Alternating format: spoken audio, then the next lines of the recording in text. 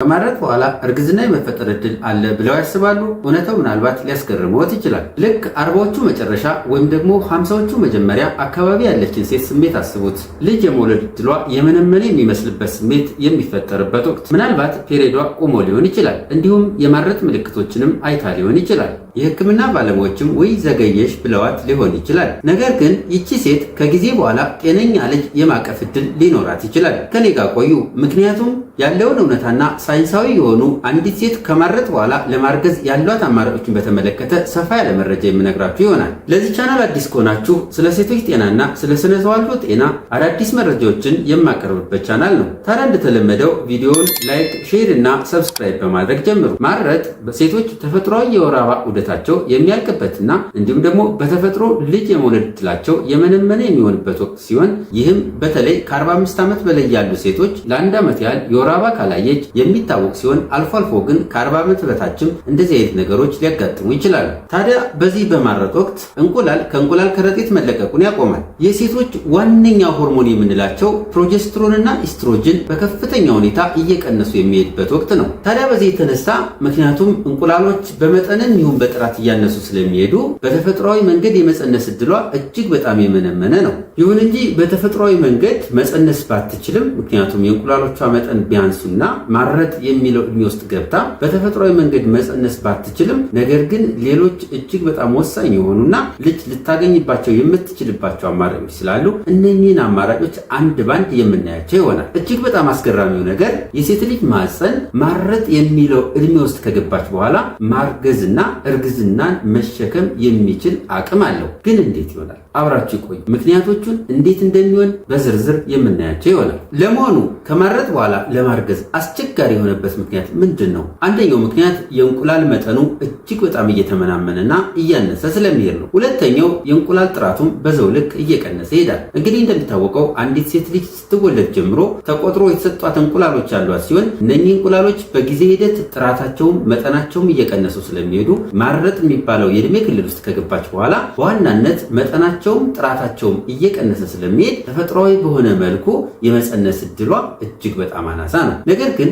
አንዳንድ ጊዜ በቅድመ ማረጥ ወቅት ለምሳሌ የተወሰነ ጊዜ ፔሪድ ይቀርና ላይክ 3 ወር፣ 4 ወር፣ 5 ወር፣ 6 ወር እንደዚህ ፔሪድ ቀርቶ በመሃል ላይ ልታረግዝ ትችላለች። ምክንያቱም ሙሉ ለሙሉ እንቁላሉ ስላላለቀና ጥራቱ ሙሉ ለሙሉ የተዳከመ ስላልሆነ በእነዚህ ወቅት ላይ አልፎ አልፎ የመፀነስ እድል ሊኖራቸው ይችላል። ስለዚህ በቅድመ ማረጥ ወቅት አልፎ አልፎ እርግዝና ሊያጋጥም ይችላል። ነገር ግን ሙሉ ለሙሉ ማረጥ የሚለው እድሜ ክልል ውስጥ አንዲት ሴት ከገባች በኋላ ተፈጥሯዊ በሆነ መልኩ የማርገዝ እድሏ እጅግ በጣም የተመናመነ ነው። ዛሬ አንዲት ሴት ከማረጥ በኋላ ለማርገዝ ያሉ አማራጮች ምን ምን ናቸው የሚሉትን የምናይ ይሆናል። እነኛ አማራጮች ምናልባት ከጥቂት 10 ዓመታት በፊት የማይቻሉ የሚመስሉ አሁን ግን ውጤታማ የሆኑትን ምን ምን ናቸው የሚሉትን አንድ ባንድ የምናይ ይሆናል። የመጀመሪያው አንዲት ሴት ከማረጥ በኋላ ልጅ ለመውለድ በምታስብበት ጊዜ እንደ መጀመሪያ አማራጭ የምንወስደው ዶነር ኤግ አይቪኤፍ ወይም ደግሞ ከሌላ ሰው እንቁላል መዋስ ወይም ደግሞ መጠቀም አንደኛው አማራጭ ነው። ይህ እጅግ በጣም ውጤታማና ወሳኝ የሆነ አማራጭ ሲሆን ይህም ማለት የእሷ እንቁላሎች በጥራትም በመጠንም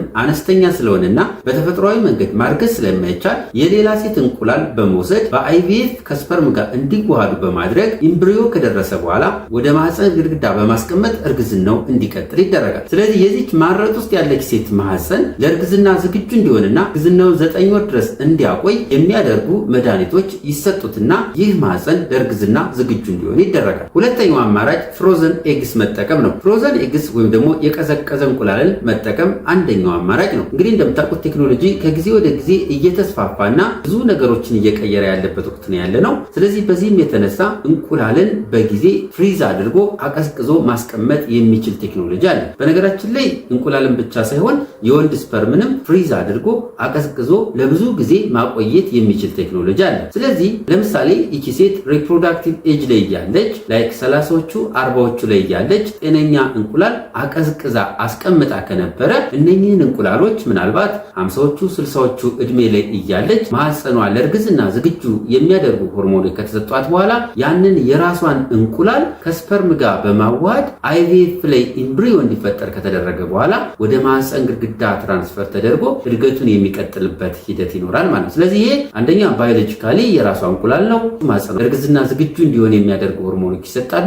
በዚህ አግባብ 9 ወር አርግዛ ወልዳ ልጇን የምታጠባበት ሂደት ይኖራል ማለት። ፍሮዘን ኤግስ ወይም ደግሞ የቀዘቀዙ እንቁላሎችን መጠቀም አንደኛው አማራጭ ነው ማለት። ብዙ ጊዜ በተለይ ባደጉት ሀገሮች ላይ ያሉ ሴቶች ላይክ 30ዎቹ 40ዎቹ እድሜ ላይ ሲኖሩ እንቁላላቸውን አቀዝቅዘው ሊያስቀምጡ ይችላሉ ማለት። ሶስተኛው አማራጭ ዶነር ኢምብሪዮ ትራንስፈር የምንለው ነው። ዶነር ኢምብሪዮ ትራንስፈር እንግዲህ ከቅድም ካላቸው ከሁለቱ የሚለየው ይሄኛው እንቁላሉም ስፐርሙም ከሌላ ሰው ይሆንና በአይቪኤፍ ኢምብሪዮ ከደረሰ በኋላ ያንን ኢምብሪዮ ማረጥ እድሜ ላይ ላለችው ሴት ማህፀኗ ለእርግዝና ዝግጁ እንዲሆን ከተደረገ በኋላ ጽንሱን ወደ ማህፀን ግድግዳ አምጥቶ እንዲያድግ የሚደረግበት አሰራር ነው ማለት ነው። ይሄ አንዳንድ ጊዜ ለምን ያገለግላል መሰላችሁ? ለምሳሌ ጥንዶች በተለያየ ምክንያት ለምሳሌ ጄኔቲክ አብኖርማሊቲ ኖሮባቸው በጣም በተደጋጋሚ አፈጣጠር ያጋጥማቸው ወይም ደግሞ ስፐርሙና እንቁላሉ በትክክል ጤነኛ ልጅ መፍጠር የማይችል ከሆነ ይሄኛው አማራጭ እንዳንድ አማራጭ ይወሰዳል ማለት ነው። ስለዚህ ዶነር ኢምብሪዮ ትራንስፈር ይደረግና ማህፀኗ ጋር እንዲያድግ ይደረጋል። ከዛ በኋላ ከ9 ወር በኋላ እንዲወለድ ይደረግና ጡት እያጠባች የምታሳድግበት ሁኔታ ይፈጠራል ማለት ነው። ስለዚህ ልዩነቱ ምንድነው? ስፐርሙ እንቁላሉ ከሌላ ሰው ነው ዶኔት የሚደረገው ወይም ደግሞ የሚለገሰው ከሌላ ሰው ነው ማለት ነው። አራተኛው አማራጭ ሶሮጋሲ ወይም ደግሞ ማህፀን መከራየት እንለዋለን። አንዳንድ ጊዜ ሴቶች በተለያየ ምክንያት መውለድ ላይፈቀድላቸው ይችላል። ለምሳሌ አንዳንድ የልብ ህመሞች፣ ከመጠን በላይ መቆጣጠር ያቃተ የስኳር ህመም፣ ከመጠን በላይ የጨመረ የደም ግፊት እና ሌሎች የህክምና ችግሮች በሚያጋጥሙበት ጊዜ ማርገዝ ላይፈቀድላት ይችላል።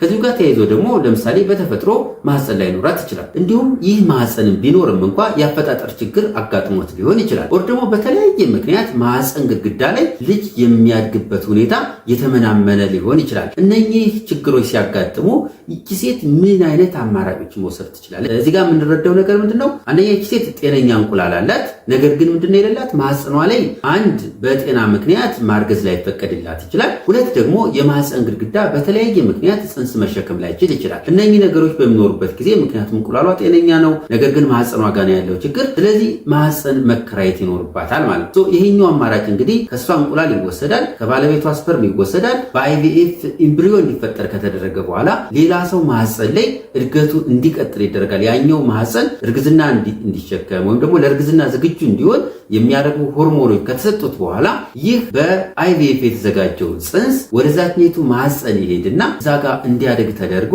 ከዛ በኋላ ከተወለደ በኋላ ያው ባዮሎጂካሊ የሷ ልጅ ነው። ምክንያቱም እንቁላሉም ስፐርሙም ከባሏ እንቁላሉም ከሷ ነው የተወሰደና ባዮሎጂካሊ የሷ ነው። ከዛ በኋላ ወደሷ የሚመጣበት ሁኔታ ይፈጠራል። ነገራችን ላይ እነኚህ አብዛኞቹ አማራጮች አንድ ሀገሮች ላይ እንደ ኢትዮጵያ ገና በሂደት ላይ ያሉ ያልተፈቀዱ ናቸው። ግን ሌሎች ሀገሮች ላይ ይህንን በህግ ደረጃ ደግፈው እንደ አማራጭ የሚያቀርቡ ሀገሮች አሉ። እንደ ሀገር ግን ኢትዮጵያ ላይ እነኚህ አማራጮች ስቲል ፕሮሰስ ላይ ነው ያሉ፣ በህግ ደረጃ ገና ወደ ተግባር ያልወረዱ ናቸው። ከማረጥ በኋላ ለማርገዝ ሲሞከር በትንሹ እነኚህን ነገሮች ቢረጋገጥ ቼክ ቢደረግ እጅግ በጣም ይመከራል። መጀመሪያው የሆርሞን ምርመራና የጤና ምርመራዎችን ማድረግ እጅግ በጣም ይመከራል። ከእነኚህ ምርመራዎች ውስጥ በምናይበት ጊዜ የልብ ምርመራ፣ የደም ግፊት፣ የስኳር ምርመራ፣ የማህፀን ሁኔታ፣ የአጥንት ጤንነትና የሆርሞን ሁኔታዎች መታየት ስለሚያስፈልግ እነኚህ ምርመራዎች አንዲት ሴት ቀድማ ብታደርግ እጅግ በጣም ይመከራል። እነኚህ ምርመራዎች ካደረግን በኋላ ችግሮች ከተገኙ ለችግሮች መፍትሄ የሚሆኑ መድኃኒቶች፣ ሌሎች የህክምና አማራጮች ሊሰጡ ይችላሉ።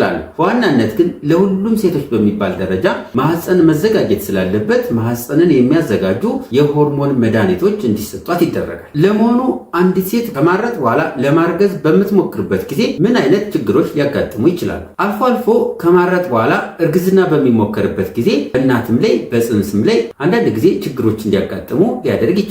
ለምሳሌ የደም ግፊት መጨመር፣ በእርግዝና ወቅት የሚያጋጥመው የደም ግፊት ወይም ደግሞ ፕሪክላምሻ የምንለው እንዲጨምር ሊያደርግ ይችላል። እንዲሁም በእርግዝና ወቅት የሚያጋጥመው ስኳር በተወሰነ ደረጃ ሊጨምር ይችላል። ከዚሁ ጋር ተያይዞ ያለቀኑ መወለድ፣ በኦፕራሲዮን የመውለድ እድልን ሊጨምር ይችላል። ስለዚህ እነኚህ ችግሮች እንግዲህ አንዲት ሴት በማረጥ እድሜዋ ላይ እርግዝና በምታስብበት ጊዜ ሊያጋጥሙ የሚችሉ ችግሮች ናቸው ማለት ነው። ነገር ግን ተገቢውን ድጋፍና እንክብካቤ ካገኘች እነኚህ ችግሮች ሳያጋጥሙ ጤነኛ ልጅ የመውለድ እድሏ ሰፊ ነው። መንፈሰ ጠንካራ መሆን፣ በቂ ዝግጅት ማድረግ፣ የህክምና ሂደቱን በትዕግስት ማለፍ፣ ከትክክለኛ የህክምና ባለሙያዎች ተገቢውን የምክር አገልግሎትና ድጋፍ ማግኘት ውጤታማ ለመሆን የሚያግዙ ዘዴዎች ናቸው። አሁን ከማረጥ በኋላ ለመፀነስ ያሉ አማራጮችን በሚገባ አውቀናል። ታዲያ ምናልባት በዚህ ሁኔታ ላይ ሆነው ለመወሰን ተቸግረው ከሆነ ሐኪምዎን ያማክሩ። እያንዳንዱ ታሪክ ልዩ ነው። ምናልባት እናት የመሆን ህልሞ እውን የሚሆንበት ጊዜም ተቃርቦ ሊሆን ይችላል። አንዳንድ ጊዜ ማረጥ የነገሮች መጨረሻ ሳይሆን የአዲስ ምዕራፍ መጀመሪያም ሊሆን ይችላል።